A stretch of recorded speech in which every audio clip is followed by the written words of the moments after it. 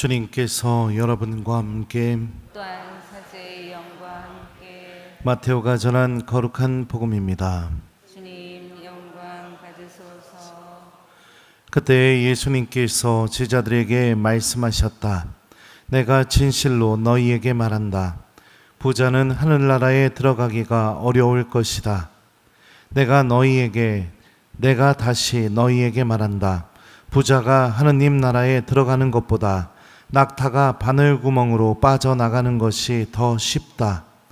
제자들이 이 말씀을 듣고 놀라서 그렇다면 누가 구원을 받을 수 있는가 하고 말하였다.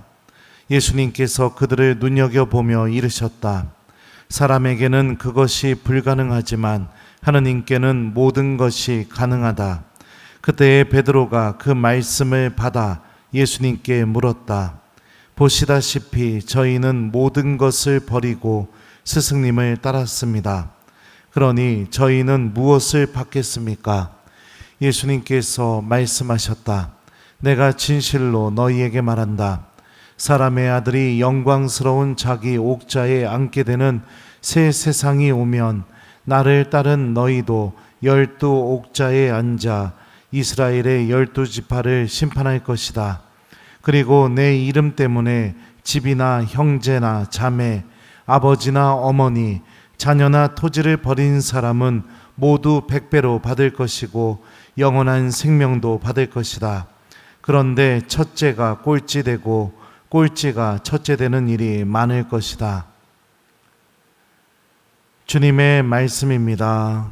그리스도님 찬미합니다. 오소서 성령님.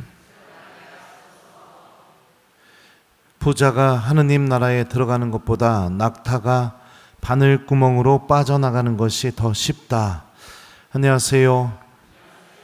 오늘 복음 말씀 여러분들 어떻게 들려요? 나는 가난하니까 아무 상관없다. 1번. 나는 가난하니까 괜찮다. 2번. 조금 걱정이 된다. 몇 번이에요? 없슈? 예, 그래요. 오늘 복음 말씀에서 예수님께서 의미하는 이 부자가 어떤 사람일까요? 도대체 부자는 왜 하느님 나라에 들어가기가 어려울까요?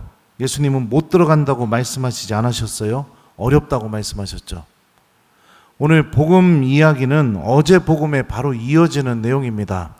어제 복음에 등장했던 사람은 부자 청년이에요. 하느님의 계명을 아주 성실하게 잘 지켰고 또 이웃을 내 몸처럼 사랑해야 한다는 계명도 잘 지켰다고 예수님께 말했던 사람입니다. 그러니까 부유하면서도 굉장히 열심한 신앙인이었죠.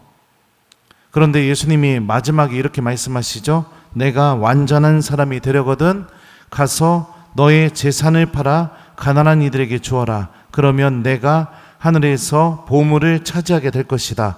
그리고 와서 나를 따라라. 이 말씀을 들은 이 부자 청년은 어떻게 했을까요? 슬퍼하며 떠나갔다. 복음은 이렇게 표현해요. 그리고 뭐라고 얘기하느냐? 그가 많은 재물을 가지고 있었기 때문이다. 그러니까 예수님을 따라가지 못하고 슬퍼하며 떠나가게 되었는데 그 이유가 많은 재물을 가지고 있었기 때문이에요. 그리고 난 뒤에 오늘 복음을 말씀하십니다. 부자는 하느님 나라 들어가기가 어렵다고요. 그러면 예수님께서 의미하시는 부자는 어떤 사람일까요? 돈이 어마어마하게 많이 있는 사람을 의미하는 걸까요? 너무나 부유한 사람을 의미하는 걸까요? 물론 그런 사람을 의미하는 것처럼 보일 수도 있습니다. 그리고 문맥상 봤을 때 부유한 사람이 1차적인 대상이죠. 하지만 어제 복음과 이어서 오늘 복음의 본문을 보고 오늘 복음 마지막 부분을 보게 되면은 예수님께서 의미하는 부자가 어떤 사람인지 알 수 있습니다. 어떤 사람이냐? 하느님께서 주시는 은총을 얻기 위해 그 어떤 것도 포기할 줄 모르는 사람. 이게 부자입니다. 주님께서 주시는 그 구원의 길, 생명의 길을 제시해 주셨을 때 그 길을 내가 따라가야 되는데 따라가지 못하게 되는 이유들이 있겠죠. 그 이유들을 너무나 많이 갖고 있는 사람, 그게 부자인 거예요. 아까 입당하기 전에 제 입방에서 우리 2명의 복사에게 제가 질문을 했었어요. 예수님이 부자는 하느님 나라 들어가기가 어렵다는데 왜 그럴까? 그러니까 이 2명의 꼬맹이들이 뭐라고 얘기했냐면 돈을 갖고 있어서 그렇대요. 그래갖고 제가 그랬죠. 그럼 니들도 돈 갖고 있지? 했더니 그렇대요. 그럼 니들도 돈 갖고 있으니까 하느님 나라 못 들어가겠네? 그랬더니 한 꼬맹이가, 복사가 뭐라고 얘기한지 알아요? 그거 빨리 다 써버리면 됩니다. 신부님. 그럼 이게 가난한 마음이에요. 무슨 얘기인지 아시겠어요? 내가 뭐를 소유하고 있다 하더라도 하느님께서 주시는 그 구원의 은총을 얻지 못하게 되는 상황을 알게 되니까 그거를 내가 포기해버릴 줄 아는 마음, 이 마음을 잃어버리면 안 된다는 겁니다. 예수님께서는 이미 산상설교에서 이렇게 말씀하셨죠. 행복하여라 마음이 가난한 사람들, 하늘나라가 그들의 것이다. 마음이 가난하다는 것이 무엇을 의미할까요?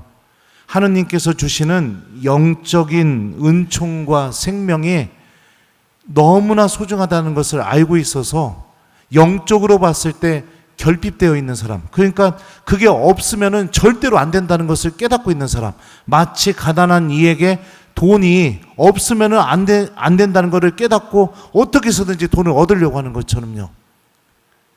우리들의 마음이 그런 상태가 되어야겠죠. 그런데 소유하고 또 소유하고 또 소유하다 보면 쉽게 어떤 마음이 들게 되느냐? 그 소유한 것을 지키기 위해서 주님의 말씀을 따르지 않게 됩니다. 그 소유한 것 때문에 예수님께서 가신 그 길을 따라가는데 주저하는 일들이 벌어지게 돼요. 내 마음 안에서 그런 일들이 벌어지게 되었다면 이미 나는 부자가 된 겁니다. 낙타가 바늘기로 들어가기보다 하느님 나라에 들어가기가 더 어려운 사람이 된 거예요. 믿음을 통해서 우리가 정말로 배워야 할 것은 하느님 때문에 무엇인가를 버릴 줄 아는 것, 하느님 때문에 무엇인가를 포기할 줄 아는 것을 배워야 되는 겁니다. 그 연습이 바로 주일이고요. 그 연습이 바로 주님의 말씀을 기억하고 실천하는 것이고요. 그 연습이 일상 안에서 눈을 뜨게 되었을 때 기도로 시작하고 하루를 기도로 마무리하는 것, 이런 선택들이 많아지면 많아질수록 우리는 하느님을 얻기 위해 무엇인가를 버리고 어떤 상황에서 멈추고 주님을 바라보며 그곳을 따라갈 수 있게 되죠. 복음에서 주님께서는 베드로의 질문에 이렇게 말씀하셨어요. 그리고 내 이름 때문에 집이나 형제나 자매, 아버지나 어머니, 자녀나 토지를 버린 사람은 모두 100배로 받을 것이고 영원한 생명도 받을 것이다. 이 문장에서 중요한 것이 무엇이냐? 내 이름 때문에 무엇인가를 버릴 줄 아는 사람은, 이게 이 문장의 핵심적인 표현이죠. 내 이름 때문에 무엇인가를 버리는 사람은 100배로 받을 것이고 영원한 생명도 얻을 것이다. 오늘 일독서를 보면 당시에 최고의 해상무역의 중심지로서 막대한 부와 권력을 누리던 도시국가 중에 하나였던 티로에 대한 심판의 말씀이 에제키엘을 통해서 선포됩니다. 주 하느님이 이렇게 말한다. 너는 마음이 교만하여 나는 신이다, 나는 신의 자리에 바다 한가운데 앉아있다 하고 말한다. 너는 신이 아니라 사람이면서도 내 마음을 신의 마음에 비긴다. 자기 자신이 신이라고 착각하게 되는 결정적인 이유가 뭔지 그 다음에 주님이 이렇게 말씀하셔요. 너는 지혜와 슬기로 재산을 모으고 금과 은을 창고에 쌓았다. 너는 그 큰 지혜로 장사를 하여 재산을 늘리고는 그 재산 때문에 마음이 교만해졌다. 돈 때문에 생기게 되는 교만함, 이게 스스로를 신으로, 하느님으로 착각하게 만든 거죠. 돈이 있으면 앉는 자리가 달라집니다. 돈을 많이 지불하면 대우도 더 많이 받습니다. 돈으로 비싼 것을 사가지고 소유하게 되면 다른 사람들이 나를 부러워합니다. 그러니 돈이 더 필요하고 더 쌓아두고 더 갖고 싶습니다. 결국에는 그 마음 안에 하느님께 의지하는 마음은 사라져버리게 되고 돈만 중요하게 되는 마음만 자라나게 되죠. 돈이 있으면 다 해결된다는 그런 교만의 논리가 그 사람 안에 하나의 질서처럼 자리 잡게 됩니다. 모든 사람들이 이렇게 살아갑니다. 모든 사람들이요. 하지만 우리는 믿음을 통해 하느님을 바라볼 줄 아는 사람들이고, 믿음을 통해 영원한 생명에 대해 하느님께서 준비하고 계시다는 것도 알고 있는 사람들이고, 믿음을 통해 하느님 나라에 희망을 두고 있습니다. 그러니 사랑하는 교우 여러분들, 기왕 주님께 믿음을 가졌다면 여러분들의 믿음이 구원을 가져다 줄 수 있는 힘을 소유할 수 있게 하십시오. 믿음을 통해 내 부를 더 늘리기 위해 사용하기보다 믿음을 통해 하느님을 얻기 위해 포기할 줄 아는 힘을 길러냈으면 좋겠습니다. 믿음을 통해 내 욕심을 다 채우려고 주님을 만나는 사람이 되기보다 그 믿음을 통해 하느님 한 분만을 내 안에 가득 채우려고 비워낼 줄 아는 사람이 됐으면 좋겠죠. 바오로는 갈라티아서에서 이렇게 말했죠. 이제는 내가 사는 것이 아니라 그리스도께서 내 안에 사시는 것입니다. 참된 겸손은 하느님 때문에 멈출 줄 아는 모습을 갖고 있는 것입니다. 하느님 때문에 버릴 줄 알고 포기할 줄 아는 모습을 갖고 있을 때 참된 겸손이 우리 안에 열매 맺게 됩니다. 주님 말씀 때문에 부끄러워할 줄 알고, 주님 말씀 때문에 포기할 줄 알고, 주님 말씀 때문에 멈출 줄 알고, 주님 말씀 때문에 돌아설 줄 아는 거예요. 끊임없이 핑계대며 바쁘니까, 돈 벌어야 하니까, 해야 할 일이 많으니까, 나도 좀 쉬어야 하니까, 나도 이거 갖고 싶으니까, 그런 핑계를 대면서 계속해서 부자 청년이 보였던 것처럼 슬퍼하며 주님 곁을 떠나가는 사람이 되지 마시고, 우리가 무엇인가를 버리게 되고 포기하게 되면 100배로 되돌려 받고 영원한 생명까지 주신다는 이 예수님의 약속에 믿음을 두는 하느님의 자녀가 됐으면 좋겠습니다. 다시 한번 결론적으로 말씀드립니다. 부자는 하느님 나라에 들어갈 수 없을까요? 들어갈 수 있습니다. 그가 갖고 있는 모든 것을 하느님과 바꿀 줄 아는 마음만 갖고 있다면요. 하지만 그가 갖고 있는 모든 것 때문에 하느님을 끊임없이 외면해버리는 그런 사람이라면 주님 말씀대로 하느님 나라에 들어가기가 매우 어려울 겁니다.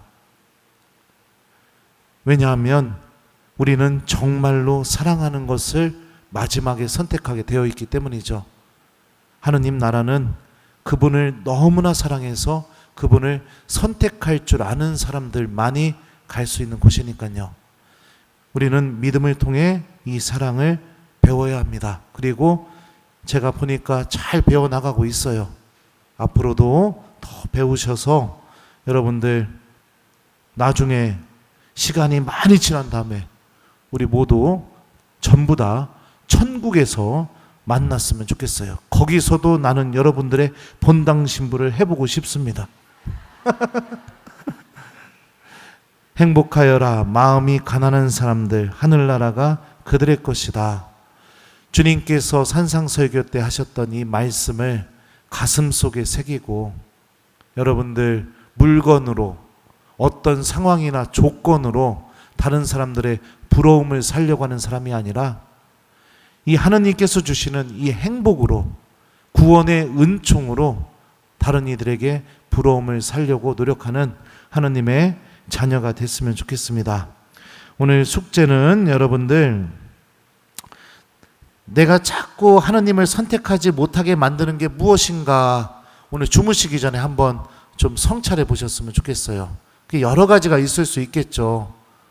뭐 어떤 사람은 돈일 수도 있고, 어떤 사람은 자녀에 대한 욕심일 수도 있고, 또 어떤 사람은 친구들과 보내는 취미 생활일 수도 있고, 뭐가 됐든지 간에 그것만 딱 나타나면 내가 그냥 하느님을 포기하고 거기에 갈 수밖에 가게 만드는 바로 그것이 무엇인지 오늘 주무시기 전에 좀 곰곰이 성찰해보고, 내일 하루만큼은 그게 아니라 예수님을 선택하는 하루가 될 수 있도록 성모님께 도움과 은총을 청하는 기도를 한번 하기, 이거를 숙제로 드립니다. 우리 주님을 알면서도, 주님을 믿고 있으면서도 하느님 나라에 들어가기 어려운 사람이 되지 마시고, 되지 않았으면 좋겠고요. 주님을 알고 있는 그 알미 우리 안에서 구원의 열매로 변화되어서 주님을 기쁘게 만나러 가는 하느님의 자녀들이 됐으면 좋겠습니다. 부자가 하느님 나라에 들어가는 것보다 낙타가 바늘구멍으로 빠져나가는 것이 더 쉽다. 아멘.